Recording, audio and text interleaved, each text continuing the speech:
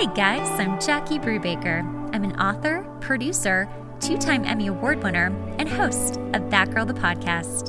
Each week, I bring on inspiring people and stories to help you become that girl or that guy in your life. That Girl the Podcast is based on the romantic comedy That Girl a Novel, which is now available as a podcast to listen to. Listen to each chapter about finding yourself and adulting in LA. Find That Girl a Novel everywhere you listen to your podcasts. You can also find it on Amazon to buy the Kindle or paperback of. For more, find us at thatgirlthepodcast.com and follow us on Instagram at thatgirlthepodcast and our Patreon page. Nikki Nash, welcome to That Girl the Podcast. I'm so excited to have you on. I like to let people introduce themselves in brief because I feel like they always do a better job than I could for them. So, in brief, tell us who you are. Well, thank you so much for having me on the show. I am so excited to be here.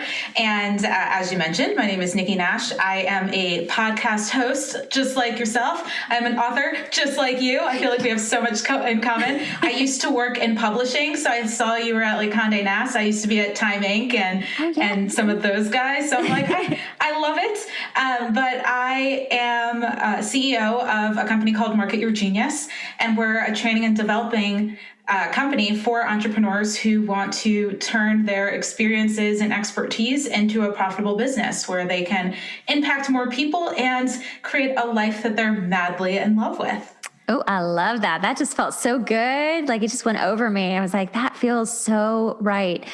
So you did not always have this business. You started off working for big brands and big companies and developing them. Tell me a little bit about that, how you got your start in that, and then when you decided no longer, moving forward. Yeah, so I really wish I knew earlier how much fear and disempowering thoughts impact decision-making.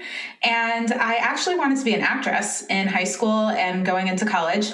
And I had all of these fears about going into acting. And so I found love of journalism. I always loved writing, and I thought I was going to be a journalist.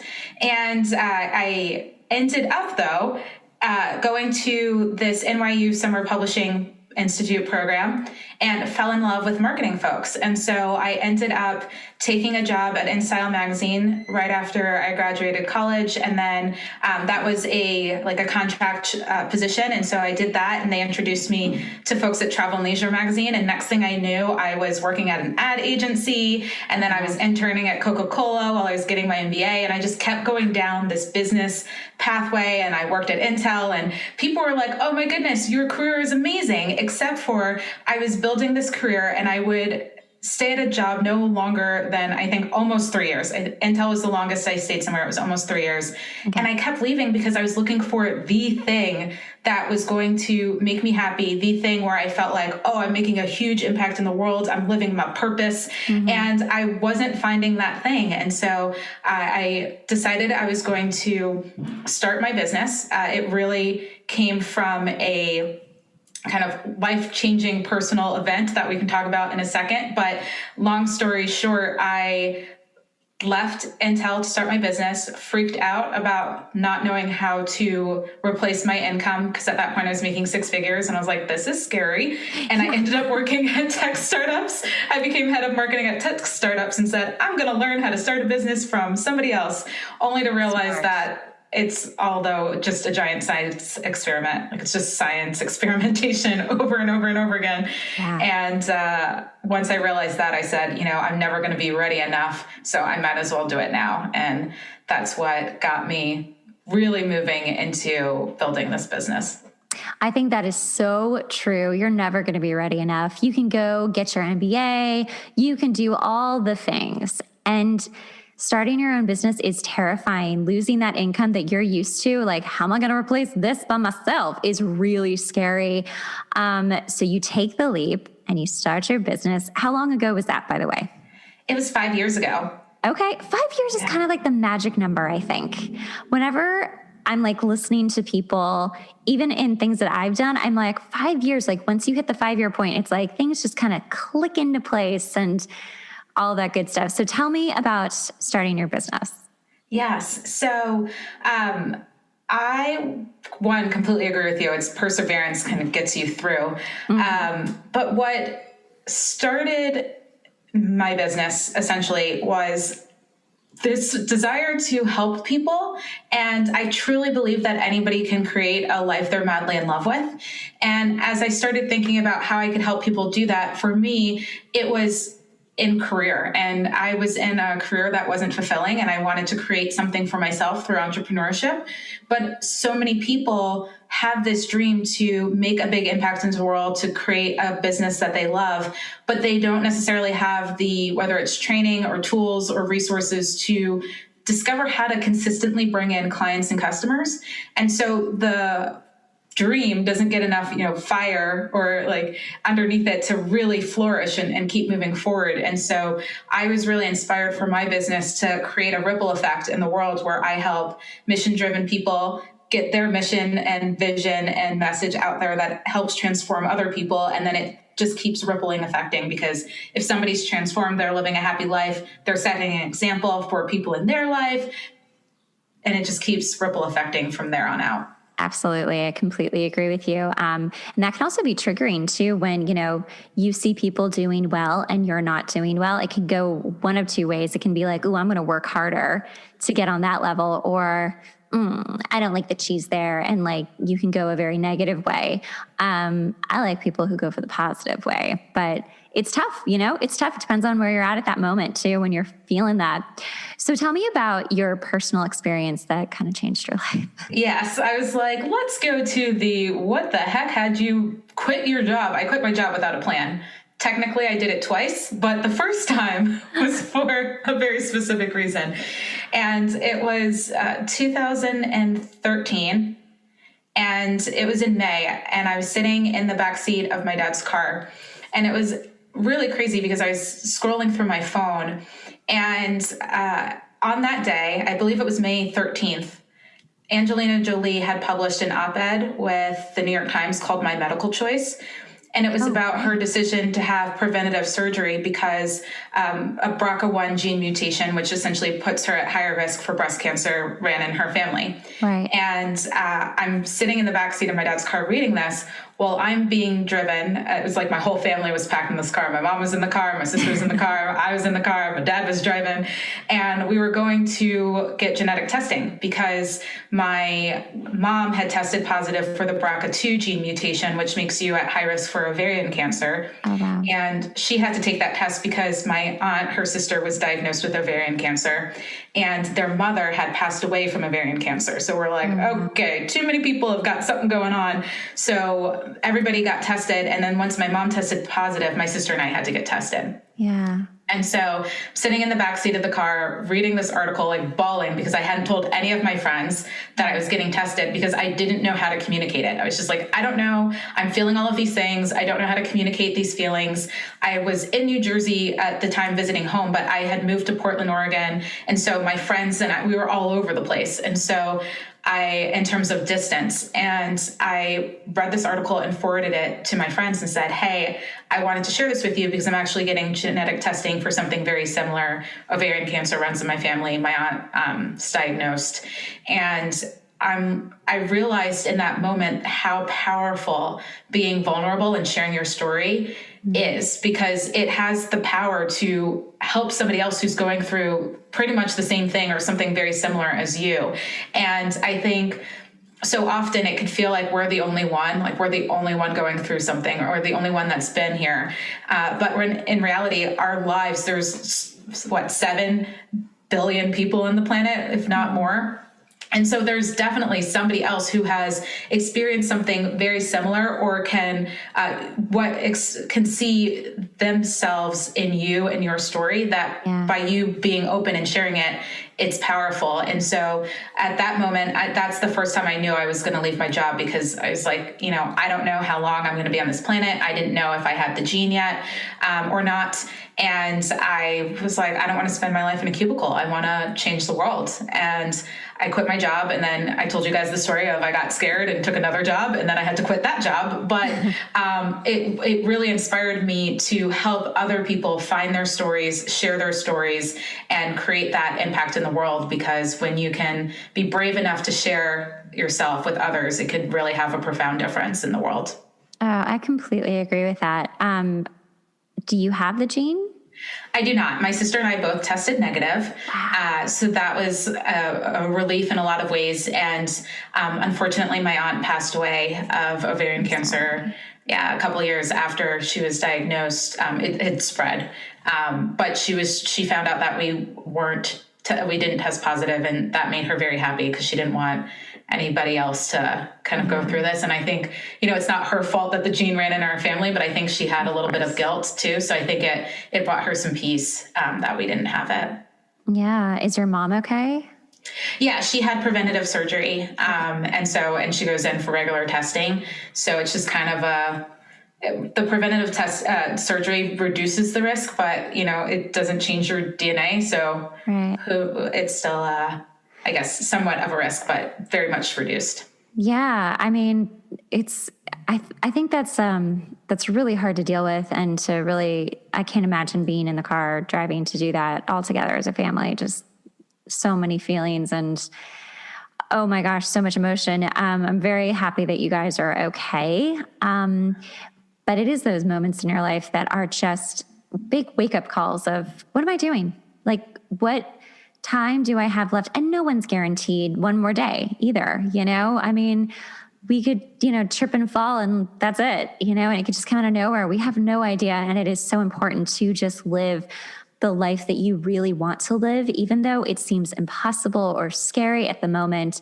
It's, very brave to quit your job twice and to just believe in yourself enough that I think, sometimes it's more of just a knowing that you are made for more, that you're here for more than just getting by or making a lot of money. It's so much more than that. Being successful isn't always tied to how much money you're making or how many houses you own. It's really, what success do you feel that you've made in giving to the world? Like you said, like touching other people with your story.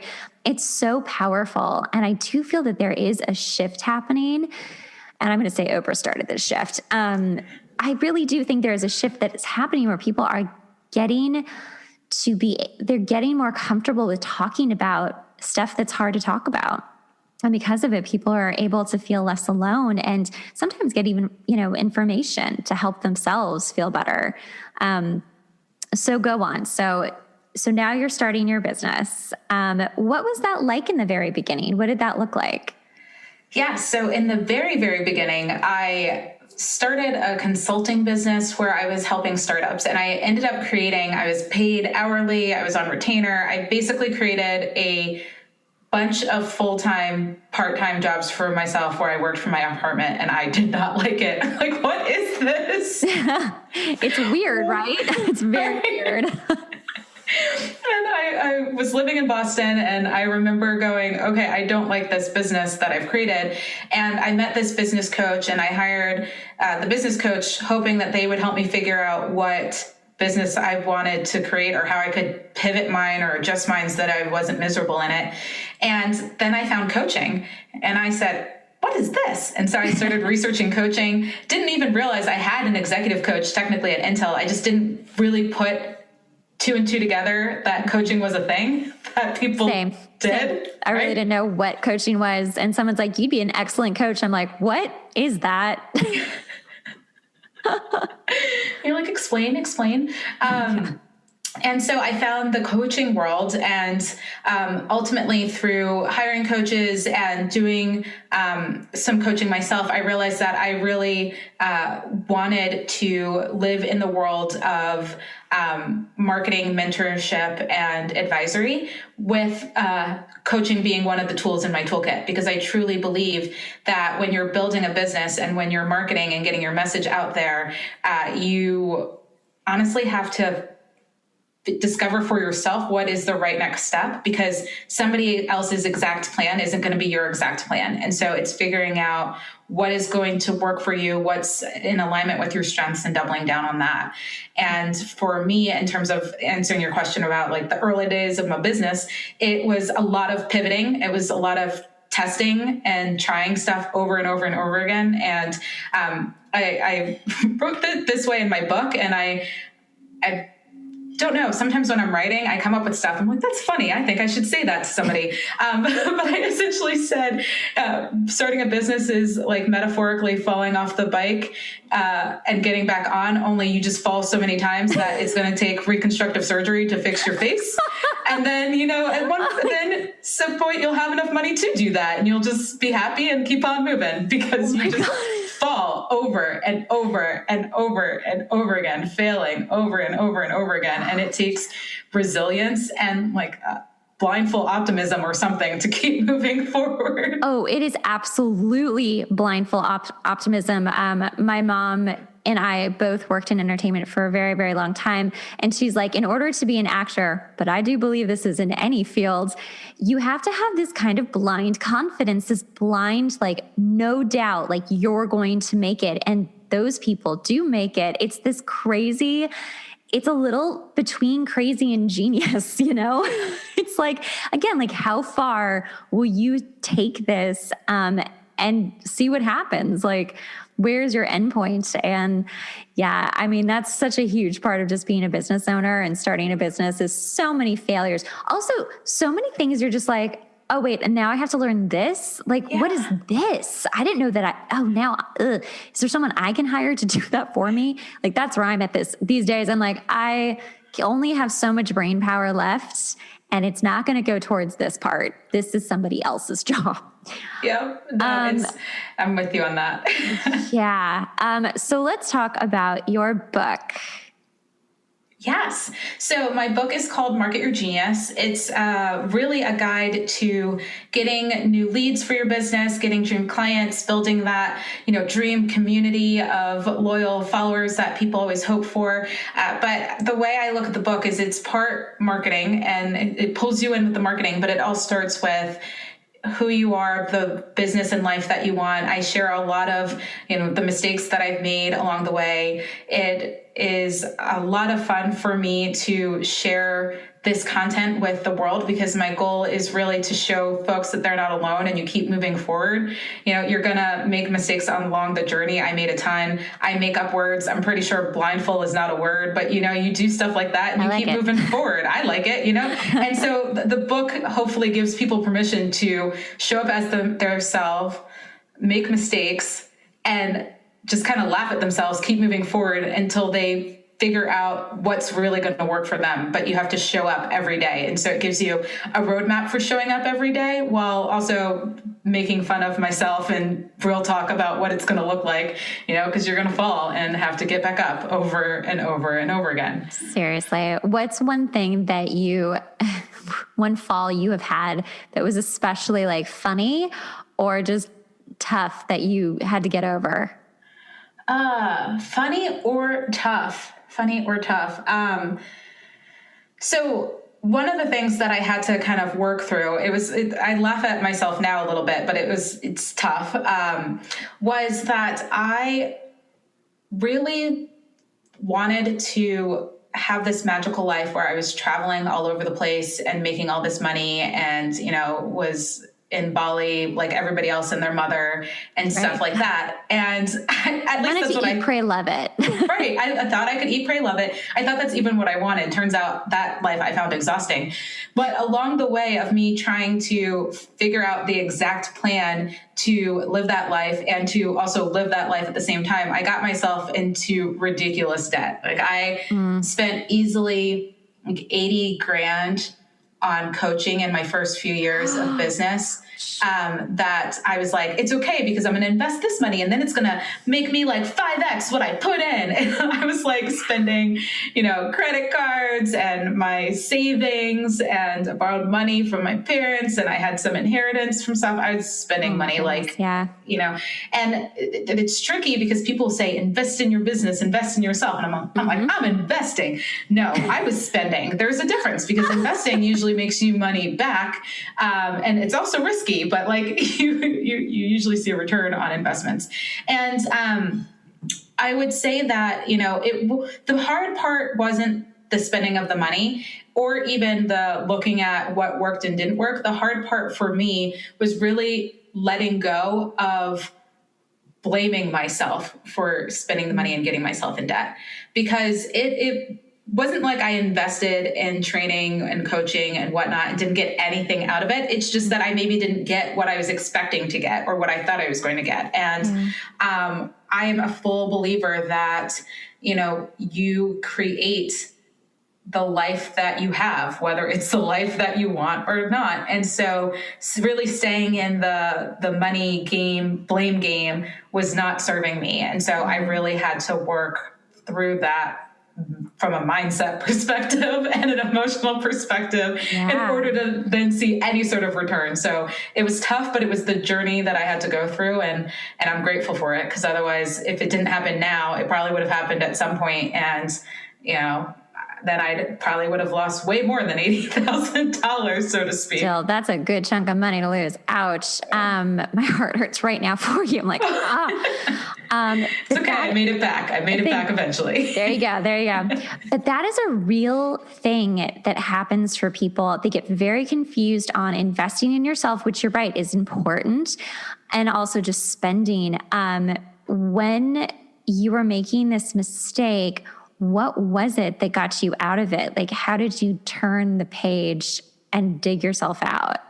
Yeah. Well, first I had to start believing that I could make this business work whether I spent money on somebody else's program or not. Mm-hmm. And I had to start there because I was so, for lack of a better word, desperate. And I wasn't even desperate at the time that I started investing. I was excited, but maybe it wasn't, I don't know if it was desperate or excitement, but it was somewhere along the lines of, I believed so much in my business and I wanted to see it work, and I didn't want to look like an idiot. It was probably, either way, it was my ego in some way, however it was showing up, telling me, hey, you need to make this business work. You need to be making 6, 7, 8 figures in this business because you quit a high-paying, 6-figure job to start it. Pressure. No pressure, right? And so I really had to let go of unrealistic expectations and timelines and remember why I was building this business in the first place. And while I was building it, so yes, I wanted a certain lifestyle for myself and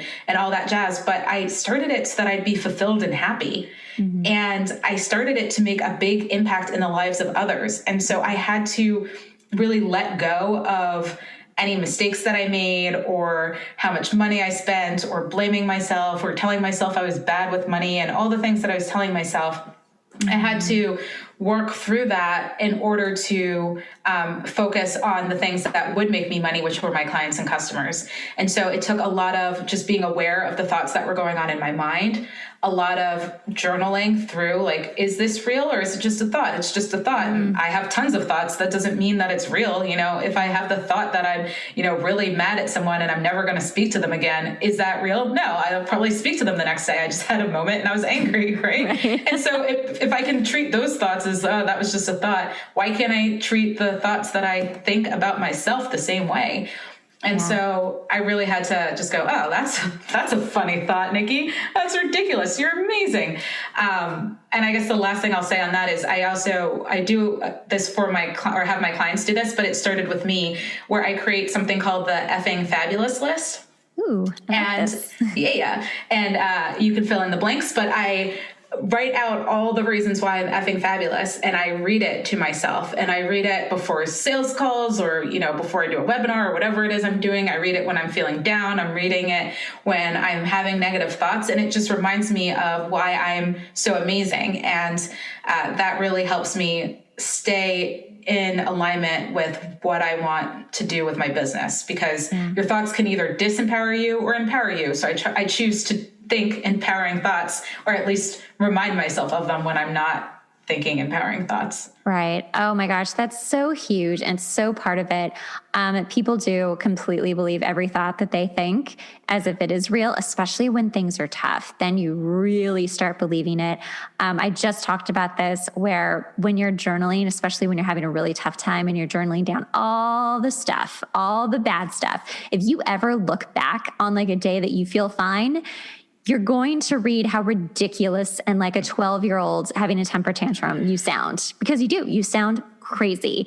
And if someone was like, no, that's how you are, that's who you really are, you'd be like, that's insane. I'm not like that at all. Yes, it is such a mindset. And, to me, it's just energy. It's like if you're constantly feeling this dark, negative energy, even if you've made mistakes, you can still make solutions. You can still dig yourself out. You can still find a way to make this work. It's not just like, oh, you failed and that's it forever. That's all you got. You get that one shot.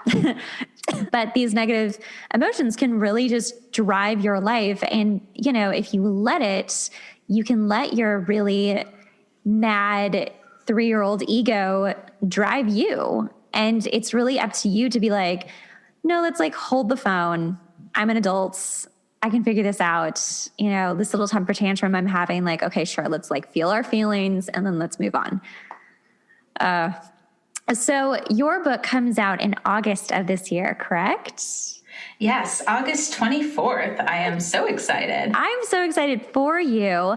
I love Hay House, which is your publisher. They put out the best books, in my opinion, and a lot of other people's opinion. How did you connect with them? How did you decide that this was my publisher?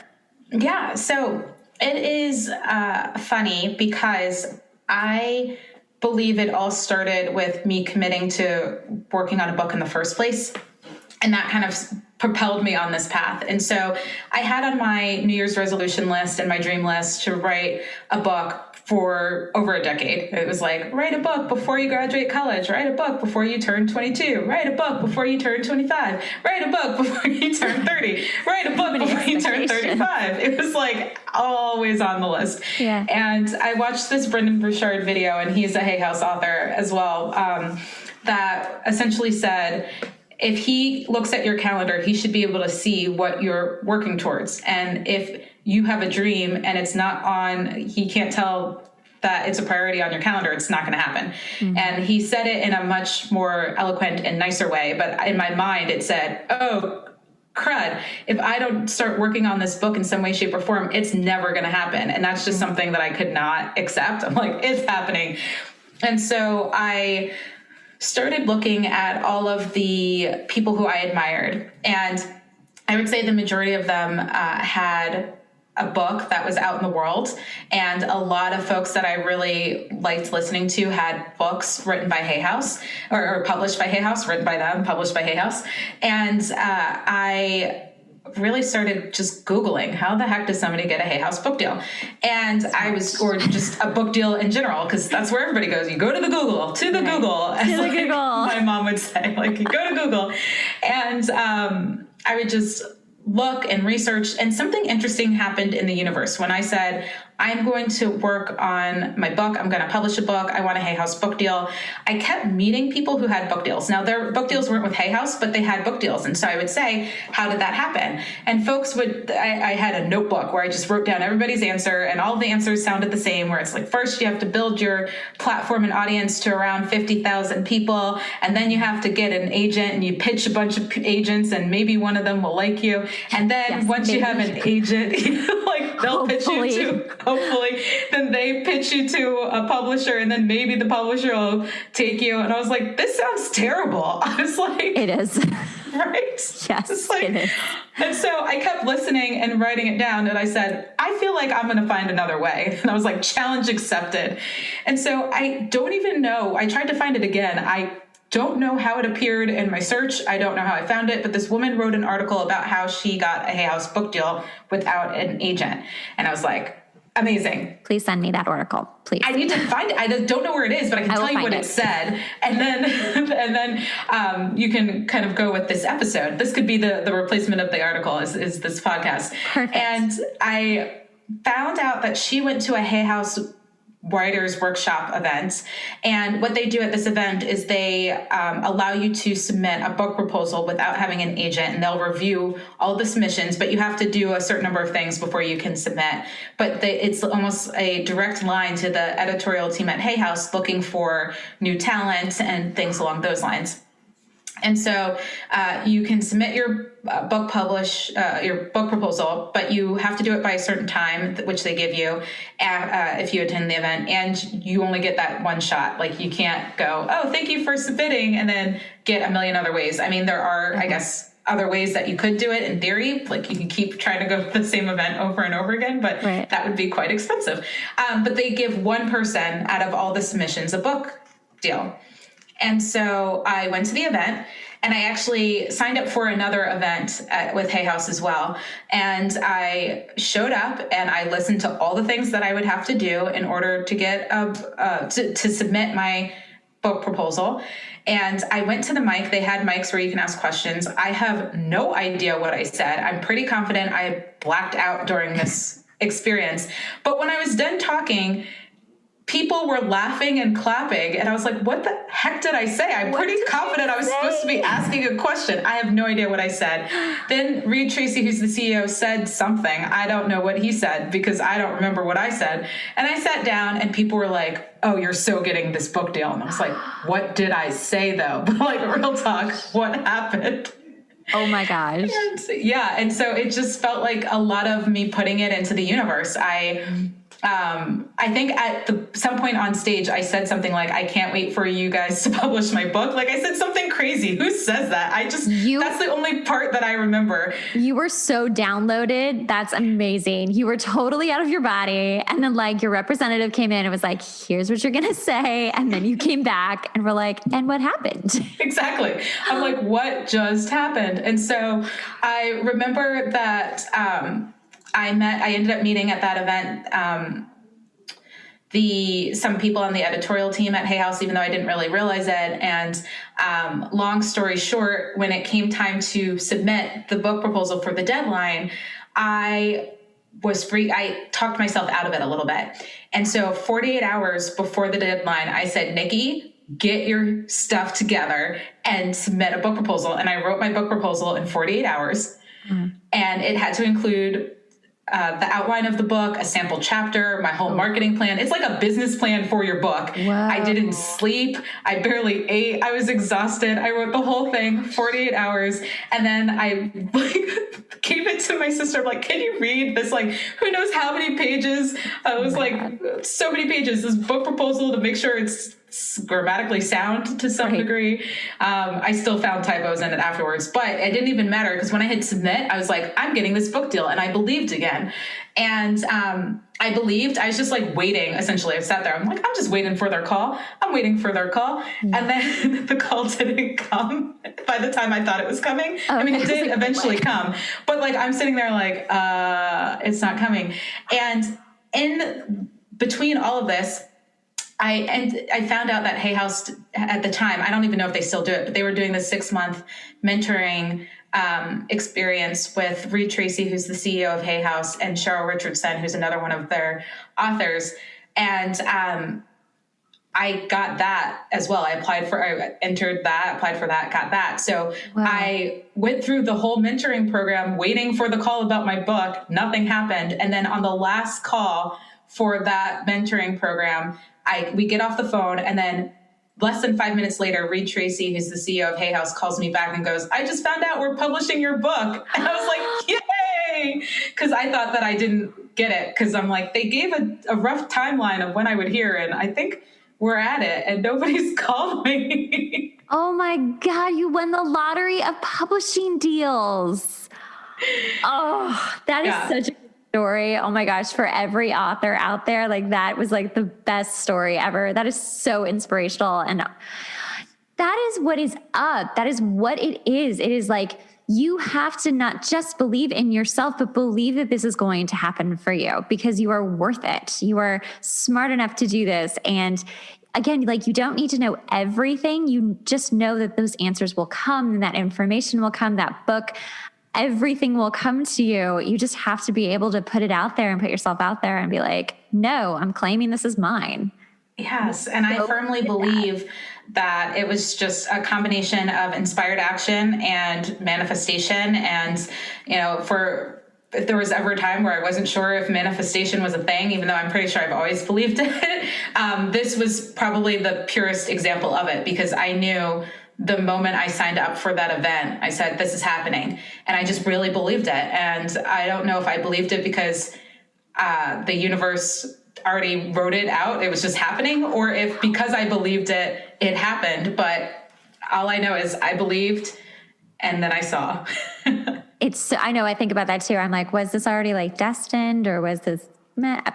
I don't really care, because when it happens, and it's just like, okay, cool. I also find that when you doubt the universe, it gives you reason to then doubt it. It's like, oh, you don't trust us? Okay, well, we'll tell you why you probably should trust us. And then like something is taken away and you're like, oh my gosh, I'm sorry. Okay, I trust you. And then it comes back. You're like, never doing that again. Sorry if I like thought I knew better. And that's the truth. It's like, listen, like, we're just humans, right? Okay. We're like souls living this like human experience, and we're just trying to do the best we can with these brains that only give us like 5% or 10% of, them. So like, we're doing the best we can, but I love your story so much, and it is so inspiring, and I can't wait to read your book. Oh, is there one last thing you'd like to tell our audience about either manifesting or something that's important to you that can help them in their journey? Yeah, I would say that you don't need to know the entire pathway to get to where you want to go. You just need to know the next step.